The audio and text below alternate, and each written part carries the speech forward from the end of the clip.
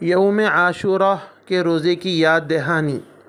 ये रोज़ा हिंदुस्तान में 28 जुलाई जुमे के दिन रहेंगे और 29 जुलाई हफ्ते के दिन रहेंगे, 9 और 10 मुहर्रम को। ये यहूदियों की मुखालिफत में हम 9 या 10 को रहते हैं, या 10 या 11 को रोज़ा रह सकते हैं इंशाअल्लाह।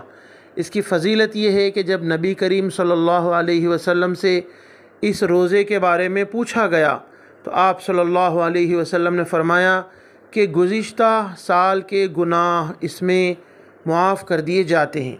तो हम 2 रोज़े रहने की कोशिश करें, 9-10 को या 10-11 को।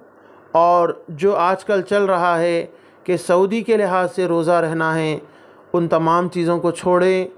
वो उससे बेहतर ये है कि हम अपने यहाँ के हिसाब से रोज़ा रहे।